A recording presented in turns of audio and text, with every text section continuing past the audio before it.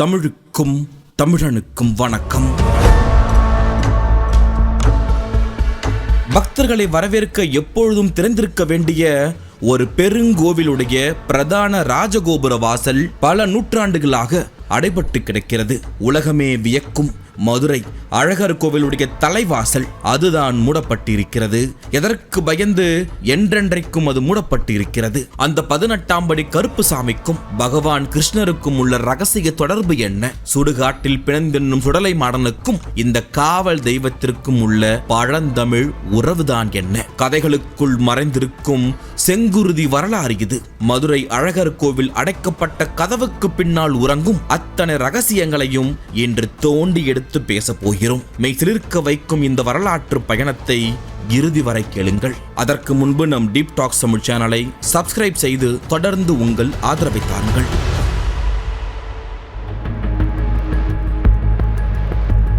காலம் எத்தனையோ ரகசியங்களை தன் காலடியில் புதைத்து வைத்துள்ளது. நம் தமிழ் மண்ணில் தெய்வங்கள் வெறும் கற்சிலைகள் அல்ல, அவை நம் மூதாதையர்களுடைய நம்பிக்கைகள், நம் மரபின் வேர்கள், நம்மை பாதுகாக்கும் அரண்கள். பொதுவாக ஒரு கோவிலின் ராஜகோபுரம் என்பது பக்தர்களை இருகரம் நீட்டி வரவேற்கும் பெருவாசல். ஆனால் தமிழ்நாட்டு பெருதெய்வ கோவில்களில் அழகர் கோவில் சில தனித்த நடைமுறைகளை கொண்டது. அவற்றுள் உலகையே வியப்பில் ஆழ்த்தும் ஒரு ஆச்சரியம் என்னவென்றால், இந்த கோவிலுடைய தலைவாசல் என்று அழைக்கப்படும் ராஜகோபுர வாசல் எப்பொழுதும் அடைக்கப்பட்டிருப்பதுதான்.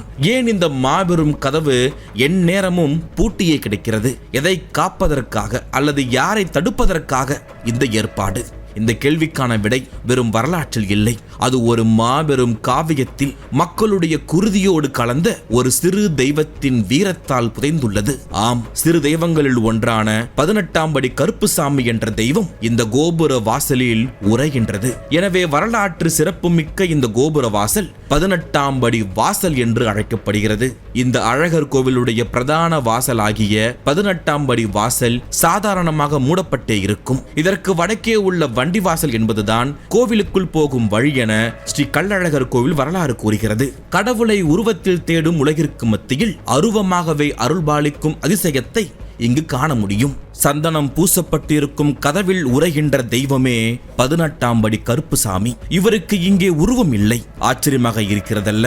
ஆம், இங்கு 18ஆம் படி கோபுர கதவுகளையே தெய்வமாக எண்ணி பூஜைகள் நடக்கும். அழகர் கோவிலில் உள்ள 18ஆம் படி கதவுகளுக்கு சந்தனம், குங்குமம், கற்பூரம் ஆகியவற்றை பூசி மாலை, புஷ்பம் முதலியவற்றால் அலங்கரித்து பெருமையோடு பூஜை செய்வார்கள். பொதுவாக மற்ற இடங்களில் கருப்புசாமியை கண்டால் அவர் கையில் ஒரு கொக்கியும் அறிவாலும் கதாயுதமும் ஈட்டி முதலியவையெல்லாம் இருக்கும். காலில் செருப்பு அணிந்திருப்பார். அத்தகைய இடங்களில் இவரது தரிசனம் பயங்கரமாகவும் யுத்த பாவனையாகவும் இருக்கும். ஆனால் இங்கே அடைத்த கதவே, அந்த பெருங்கதவே அவருடைய வடிவம், அவருடைய கம்பீரம். இந்த காவல் தெய்வத்தின் சன்னதி அமைப்பே பார்ப்போரை கொஞ்சம் சிலிர்க்க வைக்கும். வெளிப்புறமாக கருப்புசாமியாக வழிபடும் இந்த கதவு, அந்த இரட்டை கதவு 40 அடி நீளமாகவும் இருபுறமும் உயரமான சுவர்களை கொண்ட மேற்கூரை இல்லாத பகுதியாகவும் அமைந்திருக்கிறது. இந்த பகுதியில் கோவிலுடைய வெளிப்புறத்தை நோக்கி கிழக்கு முகமாக இறங்கும் 18 படிகள்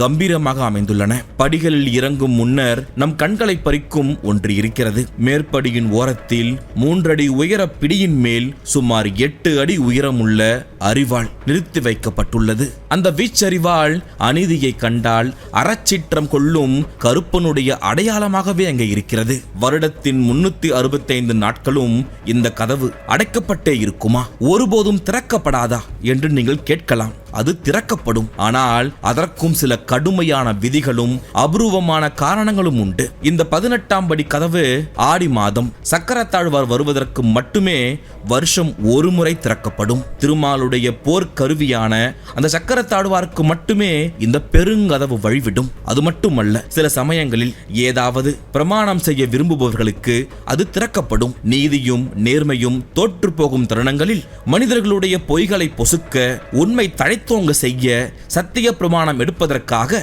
இந்த வாசல் திறக்கப்படும். இந்த தெய்வத்தின் முன்பு யாரும் பொய் சொல்ல துணிய மாட்டார்கள் என்பதே காலம் காலமாக தமிழர்கள் கொண்டிருக்கும் அசைக்க முடியாத நம்பிக்கை.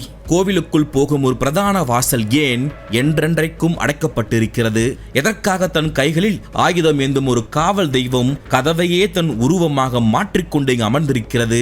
அந்த கதவின் பின்னணியில் ஒளிந்திருக்கும் 18 மாயக்கலை வித்தகர்களுக்கும் ஒரு பட்டை சோற்றுக்கும் உள்ள இரத்தமும் வியர்வையும் கலந்த அந்த வரலாறு என்ன?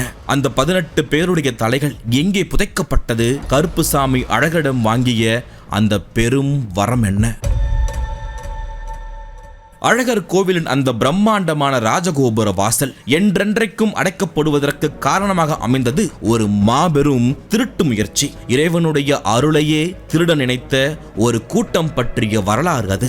ஒரு காலத்தில் மலையாளத்தில் இருந்து 18 லாடர்கள் இந்த கோவிலுடைய இறைவனுடைய கலையை, அதாவது இறைவனுடைய அருள் ஒளியை திருடி செல்ல திட்டமிட்டார்கள். வாய்மொழி கதைகள் இவர்கள் மலையாள நாட்டவர்கள் என்று கூறினாலும் சில கதை பாடல்கள் இவர்கள் வடக்கே வெகு தூரம் அயோத்தி நாட்டில் இருந்து வந்தவர்கள் என்று குறிப்பிடுகிறது. இவர்கள் சாதாரணமானவர்கள் அல்ல, மந்திர தந்திரங்களில் கைத்தேர்ந்த மாய வித்தகர்கள். இவர்களில் உண்மையான நோக்கம் என்ன தெரியுமா? இந்த கோவிலில் 2 அடி உயரத்தில் அபரஞ்சி என்னும் தங்கத்தாலான திருமால் சிலை ஒன்று ஏறு திருவுடையாள் என்ற பெயரோடு இன்றும் இருக்கிறது. இந்த தங்க திருமேனியை கவர முயல்வதே இவருடைய நோக்கம் என வரலாற்று ஆய்வுகள் கூறுகிறது. அந்த 18 பேரிடமும் ஒரு விசித்திரமான மந்திர மை இருந்தது.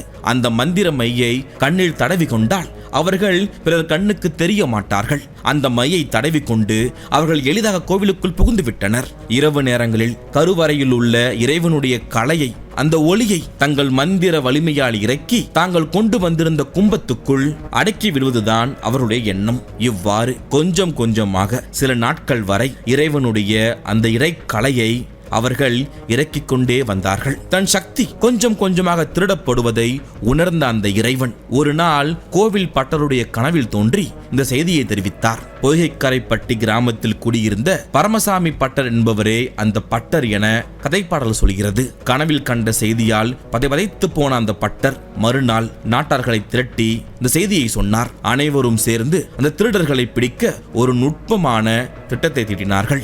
அதன்படி மறுநாள் பட்டர் வழக்கம் போல கருவறையை திறந்து பூஜைகளை செய்தார். அதற்கு பிறகு மிக அதிகமாக ஆவி பறக்கும் சுடுசோற்றை இறைவனுக்கு படைத்துவிட்டு வெளியில் வந்து திடீரென கதவை வெளிப்புறமாக பூட்டிவிட்டார். அந்த பட்டர் ஆவி அதிகமாக வர வேண்டும் என்பதற்காக காரம் மிகுந்த ரசத்தை தாராளமாக ஊற்றினார் என்றும் சோற்றுக்கு பதிலாக சோற்று வடிநீரை கொட்டினார் என்றும் சில கதைகள் சொல்கின்றன. எது எப்படியோ சூடான தலிகையிட்டு ஆவி பறக்க செய்த அந்த உத்தி பலித்து போனது. சுடு சோற்றிலிருந்து எழும்பிய அந்த ஆவி அந்த மந்திரக்கார லாடர்களுடைய கண்ணில் இருந்த அந்த மையை கரைத்து விட்டது. இப்பொழுது அவர்கள் பிறர் கண்ணுக்கு தெரியும்படி ஆனார்கள். மாய திரை விலகியதும் கோவிலை சுற்றி முன்னேறி தயாராக இருந்த அந்த நாட்டார்கள் மக்கள் கதவை திறந்து 18 பேரையும் பாய்ந்து பிடித்துக் கொண்டார்கள். அவர்களை வெளியில் கொண்டு வந்து அந்த 18 பேரையும் வெட்டி அவர்கள் தலைகளை கோவில் கோபுர வாசல் அடியில் புதைத்து விட்டார்கள். வெட்டப்படும் முன்னர் அந்த 18 பேரும் ஒரு வரம் கேட்டார்கள். எங்களுக்கு மலைக்காட்டு தீர்த்தம், காட்டு துளசி, கரிப்பத்து சோறு, இறைவன் போட்டு கடித்த மாலை இவற்றை சந்திர சூரியர் உள்ளவரை படையலாக கொடுத்து ரட்சிக்க வேண்டும் என்று வேண்டி இறந்து போனார்கள்.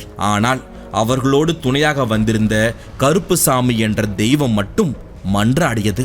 என்னை விட்டு விடுங்கள், நான் இந்த கோபுர வாசலில் இருந்து இனிமேல் இந்த கோவிலை காவல் காத்து கொண்டிருக்கிறேன் என்று அது கெஞ்சியது. அதை மட்டும் அவர்கள் வெட்டாமல் அப்படியே விட்டுவிட்டார்கள். அதாவது இந்த 18 பேருக்கு துணையாக வந்த ஒரு காவல் தெய்வம் திருடர்களை வெட்டி புதைத்துவிட்டு மக்களும் பட்டரும் சென்ற பின்னர் அங்கு ஒரு தெய்வீக நிகழ்வு அரங்கேறியது. அவர்களோடு வந்த கருப்பசாமி எனும் தெய்வத்தை இறைவன் அழைத்து, இன்று முதல் நீ 18 பேருக்கும் முன்னோடியாகவும் பாதுகாவலனாகவும் இரு என்று அருள்பாலித்தார். மேலும் இங்கு வரும் உயிர் பலிகளை வாங்கி பசியாரிக்கொள் என்றும் ஆணையிட்டார். கண்ணா உன் தமையன் கருப்பன் என 18ஆம் படி கருப்பனுக்கான வர்ணிப்பு பாடல் ஆரம்பித்தது. திருட வந்த கூட்டத்தின் தெய்வமாக வந்தவன் அழகருக்கே காவல் தெய்வமாக தம்பியாக மாறிய அந்த விந்தை இதுதான். ஆனால் மாமிசம் உண்ணும் பலியேற்கும் அந்த உக்கிரமான சிறு தெய்வத்திற்கு உயர்ஜாதி பிராமணர்கள் எப்படி நாள்தோறும் பூஜை செய்கிறார்கள்? எந்த ஒரு தெய்வத்தின் சன்னதியிலும் இல்லாதபடி சத்திய பிரமாணம் செய்யும் வழக்கம் இங்கு மட்டும் ஏன் இவ்வளவு கடுமையாக பின்பற்றப்படுகிறது? பெருந்தெய்வ கோவிலான அழகர் கோவிலில் சிறு தெய்வமான கருப்பசாமிக்கு நடக்கும் மரியாதைகளும் மரபுகளும் தமிழ்நாட்டின் ஆன்மீக வரலாற்றில் ஒரு மாபெரும் ஆச்சரியம். கருப்பசாமிக்கு அடியவர்கள் இரத்தபலி கொடுப்பதால் கோவில் அர்ச்சகர்கள் இந்த சன்னதியில் பூஜை செய்வதில்லை என்றும், குயவர் குலத்தை சேர்ந்த பூசாரி ஒருவர் தேங்காய்களை உடைத்து விபூதி பிரச்சாரம் கொடுப்பார் என்றும் கோவில் வரலாறு கூறுகின்றன. ஆனால் ஆச்சரியம் அதோடு முடிந்து விடுவதில்லை. ரத்தம் குடிக்கும் சிறு தெய்வத்திற்கு வேதங்கள் ஓதும் பிராமணர்கள் பூஜை செய்வார்கள் இங்கு. அதுதான் அழகர் கோவிலுடைய தனிச்சிறப்பு.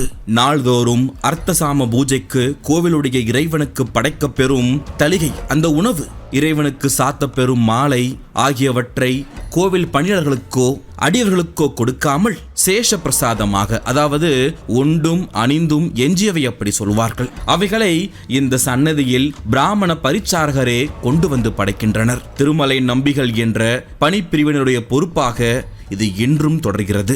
ஏன் இந்த வழக்கம்? இதற்கு பின்னால் ஒரு அரசியல் இருப்பதாக சொல்லப்படுகிறது. அதாவது பெருங்கடவுளான திருமால் உண்டு எஞ்சியதையும் அணிந்து கலைந்த மாலையினையும் கருப்புசாமிக்கு படைப்பதன் மூலம் கருப்புசாமியினை திருமாலுடைய அடியவராக்க உயர்ஜாதி பிராமணர்கள் முயற்சி செய்வதாக ஒரு சில கருத்துக்கள் இருக்கின்றன. 1000 சொன்னாலும் சாமியாடிகளுடைய சிறு தெய்வமான கருப்பசாமிக்கும் பிராமணர்களுக்கும் இடையே ஏற்பட்ட இந்த உறவினை ஒரு மிகப்பெரிய ஒத்துப்போதலுடைய சாதனை என்றே சொல்லலாம். இருந்தாலும் ஆடி உற்சவம் 8, 9ஆம் திருநாட்களிலும் ஆடி அமாவாசை அன்றும் இந்த சன்னதியின் முன்பு அடியவர்கள் ஆடு வெட்டி பலி கொடுப்பது வழக்கம் என்பதால் அந்த நாட்களில் மட்டும் பிராமண பரிசாரகர் கோவிலில் இருந்து தளிகை கொண்டு வந்து, அதாவது உணவை கொண்டு வந்து சாத்தி படைப்பது அன்று மட்டும் இல்லை. தெய்வத்தின் முன் நின்று பொய் சொன்னால் அந்த பொய் நாவோடு கருகிவிடும் என்பது தமிழர்களுடைய தொன்மையான நம்பிக்கை. அதிலும் 18ஆம் படி கருப்பசாமி சன்னதியில் வழக்குகளில் சத்திய பிரமாணம் செய்வது தமிழ்நாட்டிலேயே மிகவும் பிரசித்தமானது. இதன்படி பிரமாணம் செய்பவர் சத்திய வாக்கை, வாங்கிய பணத்தை நான் கொடுத்து விட்டேன் அல்லது திருடப்பட்ட பொருளை நான் எடுக்கவில்லை என்பது போல சொல்லி சந்தன கதவு வழியாக உள்நுழைந்து 18 படிகளையும் தாண்டி கோபுரவாசர் கதவு வழியாக வெளிவருதல் வேண்டும். இந்த தெய்வத்தின் முன்பு ஒருவரும் பொய் சொல்லவும் துணிய மாட்டார்கள். ஆகையால் பெரிய வழக்குகள், கண்டறிய முடியாத பிரச்சனையுடைய உண்மை அறிய பல பெரிய மனிதர்கள் நீதிமன்றத்துக்கு சென்றால் கூட உண்மை கண்டுபிடிக்க முடியாத பட்சத்தில் சில சமயங்களில் நீதிமன்றங்களே கடைசி நேரத்தில் கூட கருப்பண்ணசாமி சன்னதியில் பிரமாணம் செய்ய சொல்லி உண்மையை கண்டுபிடித்துக் கொள்வார்கள் என்று கோவில் வரலாறு சொல்கிறது. கிபி 1803 எழுதப்பட்ட தொழில் சுதந்திர அட்டவணையிலேயே இந்த கோவிலுடைய பிரமாணத்திற்காக கட்டணங்கள் குறிக்கப்பட்டிருப்பது இதன் வரலாற்று தொன்மையை காட்டுகிறது. இவ்வளவு புகழ்பெற்ற இந்த தலைவாசல் எந்த காலகட்டத்தில் நிரந்தரமாக அடைக்கப்பட்டது என்பதை நீங்கள் தெரிந்து கொள்ள வேண்டும். இந்த கோவிலில் உள்ள கல்வெட்டுகளில் ஒன்றில் கூட இக்கோபுரவாசல் அமைக்கப்பட்ட நிகழ்ச்சி பற்றிய குறிப்பு இல்லை. ஆனால் அடைக்கப்பட்ட கோபுர வாசலில் காணப்படும் கல்வெட்டுகளுடைய காலத்தில் அறியும்படியாக இருப்பது சகம் 1530, அதாவது கிபி 1608 பொறிக்கப்பட்ட சதாசிவராயர் கல்வெட்டாகும். அக்காலம் வரை மக்கள் நடமாட்டத்திற்காக இந்த வாசல் பயன்படுத்தப்பட்டு வந்திருக்கிறது. அதே நேரம் கிபி 1709 தரப்பட்ட வெள்ளையத்தாரர் வீட்டு பட்டய நகல் ஓலையில் 18ஆம் படி வாசல் என்ற தொடர் காணப்படுகிறது. எனவே கிபி 1608க்கும் கிபி 1769க்கும் இடைப்பட்ட காலத்தில்தான் திருடர்கள் வெட்டப்பட்ட அந்த ரத்தம் சிந்திய நிகழ்ச்சி நடைபெற்றிருக்க வேண்டும். மதுரையின் அரசியல் தலைமை பலவீனமடைந்திருந்த விஜயரங்க சொக்கநாதன் அல்லது அவருடைய மனைவி மீனாட்சியின் ஆட்சி காலத்தில் இது நடந்திருக்கலாம் என்று கருதப்படுகிறது. கோவிலில் திருட வந்தவர்களை பிடித்து வெட்டி கோபுரவாசர் படிக்க கீழ் புதைத்ததால் அந்த வாயில் திட்டுப்பட்டு விட்டது. இயற்கை அல்லாத முறையில் இறந்தவர்களுடைய ஆவி பற்றிய மக்களுடைய அச்சத்தோடு கூடிய நம்பிக்கைகளுக்காகவே இந்த இடத்தில் சிறு தெய்வமான கருப்பசாமி நிலைப்படுத்தப்பட்டிருக்க வேண்டும். அதனால்தான் ஆவிகள் மீதான அச்சத்தினையும் பகையினையும் வெல்லக்கூடிய திருமாலுடைய போர்க்கருவியான சக்கரத்தாழ்வாருக்கு மட்டும் இந்த வாசல் ஆண்டுக்கு ஒரு முறை திறக்கப்படுகிறது. கோவில் வரலாற்றில் கதையில் சொல்லப்படும் அந்த உக்கிர தெய்வமான காவல் தெய்வம் அந்த 18ஆம் படி கருப்பசாமி திடீரென்று வானத்திலிருந்து குதித்து வந்துவிடவில்லை. கருப்பசாமி என்ற பெயர் வெறும் கிராமத்து எல்லையை காக்கும் ஒரு சாதாரண காவல் தெய்வத்தின் பெயர் மட்டுமல்ல. அது 2000 ஆண்டுகால தமிழர்களுடைய இலக்கியத்திலும் வைணவ மரபிலும் ஆழமாக வேரூன்றிய ஒரு பெயர். கருப்பசாமிக்கும் பகவான் கிருஷ்ணருக்கும் ஒரு நெருங்கிய தொடர்பு இருக்கிறது. என்ன தெரியுமா? வைணவ மரபில் வியூக நெறி என்று ஒரு நெறி உண்டு. வாசுதேவன், சங்கர்ணன், பிரத்யும்னன், அனிருத்தன் என்ற 4 மூர்த்தங்களை இணைத்து வழிபடும் வைணவர்களுடைய நெறிக்குதான் வியூக நெறி என்று பெயர். இந்த நெறி வட இந்தியாவில் மட்டுமல்ல, நமது தமிழ்நாட்டிலும் தொன்று தொட்டே பரவி இருந்ததற்கு பரிபாடலில் மிகச் சிறந்த சான்றுகள் காணப்படுகிறது. நான் சொன்ன அந்த 4 பெயர்களை கடுவனில வெயினனார் தனது பரிபாடலில் அழகிய தமிழாக்கி தந்திருக்கிறார். செங்கட்காரி, கருங்கண் வெள்ளை, பொன்கட் பச்சை, பையங்கண் மால் என வியூகங்களுடைய பெயர்களையும் அவர் தமிழாக்கம் செய்கிறார். இதில் நாம் கவனிக்க வேண்டிய முக்கியமான சொல் காரி மற்றும் வெள்ளை. கிருஷ்ணன் வாசுதேவ கிருஷ்ணன் என அழைக்கப்பெறுவதும் உண்டு. இந்த வாசுதேவன் என்ற பெயரினை காரி, அதாவது கரிய நிறமுடையவன் என்று தமிழாக்கம் செய்கிறார் கடுவனில வெயினனார். அதே போல சங்கர்ஷணன் என்ற சொல்லுக்கு நல்லுழுவன் என்பது பொருளாகும். இருப்பினும் சங்கர்ஷனுக்கு நிறம் வெள்ளையாதலால் வெள்ளை என்றே அந்த பெயரை தமிழாக்கம் செய்கிறார். கிராமப்புறங்களில் நாம் இன்றும் காணப்படும் காவல் தெய்வங்களான வெள்ளைச்சாமியும் கருப்பசாமியும் யார் தெரியுமா? வெள்ளைச்சாமி என்ற பெயர் கண்ணுக்கு மூத்தவனான பலராமனை குறிக்கும். வாசுதேவ கிருஷ்ணன் என வடமொழியிலும் காரி என தமிழக்கியத்திலும் குறிக்க பெறுபவன் வெள்ளைச்சாமியின் தம்பியாகிய கருப்பசாமியும் ஒருவனே என்று வரலாற்று ஆய்வாளர்கள் கருதுகிறார்கள். அப்படி பார்க்கும்பொழுது கண்ணனும் பலராமனும் தான் நம் கிராமங்களில் கருப்பசாமியாகவும் வெள்ளைச்சாமியாகவும் வணங்கப்பட்டு வருகிறார்கள் என்று அழகர் கோவில் புத்தகத்தில் தோ பரமசிவன் அவர்கள் சொல்கிறார். தமிழர்களை பொறுத்தவரை கருமை என்பது இருளின் நிறம் அல்ல, அது அழகின் உச்சம். அது பல இலக்கியத்திலும் அப்படித்தான் இருக்கிறது. காரி என்ற பெயர் கருப்பன் என்று எப்பொழுது மாறியது? முதலாம் ராஜராஜனுடைய தஞ்சை பெரிய கோயில் கல்வெட்டில் கருப்பன் கண்டன், அதாவது கருப்பன் மகன் கண்டன் என்ற பெயரினை நம்மால் பார்க்க முடிகிறது. இந்த பெயரை பற்றிய முதல் சான்றாக இதை நாம் பார்க்கலாம். மேலும் திருமாலுக்கு கரிய மாணிக்கம் என்ற பெயரும் கல்வெட்டுகள் இருக்கிறது. ஆக கரிய நிறம் கொண்ட கண்ணனே காலப்போக்கில் கருப்பசாமியாக வணங்கப்பட்டிருக்கலாம் என்ற கருத்தும் ஆய்வாளர்கள் சொல்கிறார்கள். அதற்கு இன்னும் சாட்சியாக மதுரை வட்டாரத்தில் காணப்பெறும் கருப்பசாமியின் சிலைகள் அனைத்தும் தென்கலை வைணவ திருநாமத்துடனும் வைணவ சார்பு பெற்றிருப்பதும் இந்த கருத்தினை ஆணித்தரமாக உறுதியாக்குகிறது.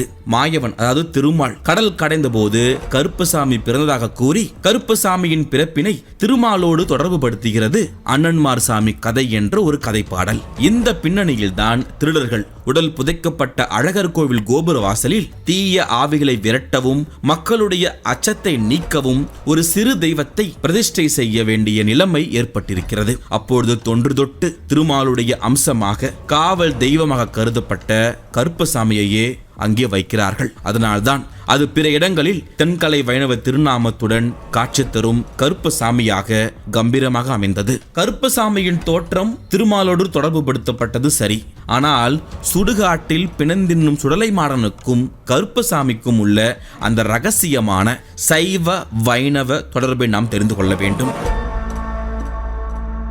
வைணவ கடவுளான அழகருடைய காவல் தெய்வமாக ரத்தம் சிந்திய பெருங்கதவின் உருவமாக நின்ற கருப்பசாமி காலப்போக்கில் பல்லாயிரம் மக்களுடைய குலதெய்வமாக பல பரிமாணங்களை எடுத்தார். ஆய்வாளர்களுடைய குறிப்புப்படி சந்தன கருப்பன், சங்கிலி கருப்பன், காளாங்கி கருப்பன், ஊமை கருப்பன், நேரடி கருப்பன், பெரிய கருப்பன் என 7 பெயர்களோடு அவர் அழைக்கப்பட்டார். அந்தந்த வட்டாரத்துக்குரிய சில பண்புகளை ஏற்றுக்கொண்டு இந்த பெயர் வேறுபாடுகளோடு கருப்பசாமி வழிபாடு பறந்து விரிந்து வளர்ந்திருக்கிறது. ஊர் எல்லையையும் மக்களுடைய உடைமைகளையும் காப்பதே இந்த கருப்பனுடைய தலையாய கடமையாக மாறியது. கண்மாய்க்கரை, கணவாய், மந்தைக்கோட்டை ஆகிய இடங்களில் உறையும் கருப்பசாமி முறையே கண்மாய் கருப்பசாமி, கணவாய் கருப்பசாமி, மந்தை கருப்பசாமி, கோட்டை கருப்பசாமி என இருக்கும் இடத்தால் பெயர் பெறுகிறது. இவை அனைத்தும் காவல் காப்பதற்குரிய இடங்கள், காவல் காப்போர் இருக்கும் இடங்கள். ஆகையால் கருப்பசாமி காவல் தெய்வமாகவே கருதப்படுகிறார். திருமால் காத்தலாகிய தொழில் செய்யும் கடவுள் என்ற கருத்தும் கருப்பசாமி காவல் தெய்வமாக கருதப்படுவதும் வியூக வழிபாட்டில் காரி அதாவது வாசுதேவ கிருஷ்ணன் வழிபாடே கருப்பசாமி வழிபாடாக இருக்கிறது என்ற அந்த வரலாற்று ஆய்வர்கள் சொல்லும் கருத்து இங்கு ஓரளவுக்கு வலுப்பெறுகிறது. சரி, வைணவ நெறியில் இருந்து காக்கும் கடவுளாக கருப்பசாமி உருவானார் என்றால் சிவனையே கும்பிடும் சைவ நெறியில் இருந்து உருவான காவல் தெய்வம் யார்? அந்த ஆச்சரியமான கேள்விக்கான பதிலும் தென் தமிழகத்தில் இருக்கிறது. நெல்லை, குமரி மாவட்டங்களில் பெரிதும் வழிபட பெறும் சுடலை மாடன் கருப்பசாமிக்கு சைவ இணையாகலாம் என்பார் டாக்டர் முத்துசண்முகனார். இந்த சுடலை மாடனுடைய பிறப்பு மிகவும் சுவாரஸ்யமானது. தூண்ட பெற்ற விளக்கின் சுடரில் இருந்து விழும் எண்ணெய் துளிகளை தன் முந்தானையில் ஏந்துகிறாள் பார்வதி. சிவனுடைய அந்த திருவருள் விருப்பத்திற்கிணங்க அவை ஒன்று திரண்டு சுடலை மாடனாக உருவெடுக்கின்றது. ஆச்சரியம் என்னவென்றால் தொட்டில் பிள்ளையாக இருக்கையிலேயே மாடன் சுடுகாட்டு பிணம் தின்பதில் விருப்பம் கொள்கிறான் என்று வில்லு பாட்டுகள் சொல்கின்றன. சுடுகாட்டில் பிணம் தின்பது என்பது ஈசனுடைய அம்சமாச்சே என்று நினைக்கலாம். ஆனால் பண்டைய தமிழ்நாட்டில் சிவபெருமானுடைய சுடுகாட்டு கோலத்தை மட்டும் வழிபடும் கபாலிகர் என்ற பிரிவும் இருந்திருக்கிறார்கள். திருநீற்றினை விபூதியை காடுடைய சுடலை பொடி என்பார் திருஞான சம்பந்தர். உறவு பேய்கணம் உண்பது வெண்டலை உறைவது ஈமம் என்றும் மாண்டர்த்தம் என்பும் மலர்கொன்றை மாலையும் பூண்டார் என்றும் சிவபெருமானை திருநாவுக்கரசர் பாடுகிறார். சிவன் நெருப்பேந்தி சுடுகாட்டில் நடனமிடுபவர், இறந்தவர் எலும்பை மாலையாக அணிந்தவர், அதையே உண்பவர். பிற்காலத்தில் கபாலிக வழிபாடு தமிழ்நாட்டில் மறைந்துவிட்டது. ஆனால் அந்த நெறி முற்றிலுமாக அழிந்துவிடவில்லை. நெருப்பிலிருந்து பிறந்த சுடலை மாடனும் சுடுகாட்டையே இருப்பிடமாகவும் பெயராகவும் உடையவன், பிணந்தின்பவன். காத்தர் கடவுளாகிய திருமாலிடமிருந்து காவல் தொழில் செய்யும் கருப்பசாமி தோன்றியது போல சுடுகாட்டில் உறைந்து வெண்டலை உண்ணும் சிவனிடமிருந்து நெருப்பிலே பிறந்து பிணந்தின்னும் சுடலை மாடன் தோன்றியிருக்கிறார் போல பெருந்தெய்வங்களுடைய பண்புகள் சிறு தெய்வங்களிலும் ஆங்காங்கே காணப்படுகிறது. ஒரு விஷயத்தை மட்டும் உணர்ந்து கொள்ள வேண்டும். பழைய வழிபாட்டு நெறிகள் வலிமையினால் அழிக்கப்படவில்லை, அவை வேறு ஒரு இடத்திற்கு மாற்றப்படுகிறது. இன்று நம் தமிழ்நாட்டில் காரி வழிபாடும் இல்லை, கபாலிகருடைய சிவ வழிபாடும் காணப்படுவதில்லை. இருந்தாலும் அவை சிறு தெய்வ நெறிகளால் தன்மயமாக்கப்பட்டு வேறொரு பாதையில் உருமாறி புதிய வடிவங்களாக வழிபடப்பட்டு வருகிறது. அந்த புதிய வடிவங்கள் தான் மீசையை முறுக்கி வீச்சரிவால் ஓங்கி நம் கிராமத்து எல்லைகளில் இரவும் பகலுமாக விழித்திருக்கும் கருப்பசாமியும் சுடலை மாடனும். ஆக அழகர் கோவில் கோபுரத்தில் அடைக்கப்பட்ட அந்த 18ஆம் படி கதவு வெறும் மரத்தால் ஆன கதவு அல்ல. அது 2000 ஆண்டுகால தமிழர்களுடைய நம்பிக்கை. மாய வித்தகர்களை வீழ்த்திய வேள்வித்தி, பெருந்தெய்வங்கள் சிறு தெய்வங்களோடு கைகோர்த்து நிற்கும் ஆன்மீக பெருமிதம். ஆக இந்த பதிவின் வழியாக அழகர் கோவிலில் இருக்கும் அந்த 18ஆம் படி கருப்பசாமியை பற்றியும் தமிழ்நாட்டில் காலங்காலமாக வழிபடப்பட்டு வந்த கிருஷ்ணருடைய வழிபாடு, சுடலை மாடன் வழிபாடு ஆகிய வரலாறையும் நான் சொன்னதை வைத்து உங்களால் ஓரளவுக்கு புரிந்து கொள்ள முடியும் என்று எண்ணுகிறேன். இது போல பல வரலாற்று தகவல்களை தெரிந்து கொள்ள நம் டீப் டாக்ஸ் தமிழ் சேனலை சப்ஸ்கிரைப் செய்து தொடர்ந்து உங்கள் ஆதரவை தாருங்கள். உலக புகழ்பெற்ற பல புத்தகங்களுடைய அந்த கருத்துக்களை சுருக்கமாக கேட்க நம் டீப் தமிழ் ஆடியோ புக் சேனலை பாருங்கள். மேலும் பல சுவாரஸ்யமான கிரைம் கதைகள், தமிழ் இலக்கிய கதைகள் என்று அனைத்தும் இருக்கிறது. கதை கேட்கும் நண்பர்கள் கண்டிப்பாக டீப் தமிழ் ஆடியோ புக் சேனலை பார்க்கலாம். அடுத்து எந்த வரலாறை நீங்கள் தெரிந்து கொள்ள ஆசைப்படுகிறீர்கள் கமெண்ட் பாக்ஸில் சொல்லுங்கள். அடுத்து ஒரு விரிவான வரலாற்றை தெரிந்து கொள்ள காத்திருங்கள். டீப் டாக்ஸ் தமிழ், நான் உங்கள் தீபன்.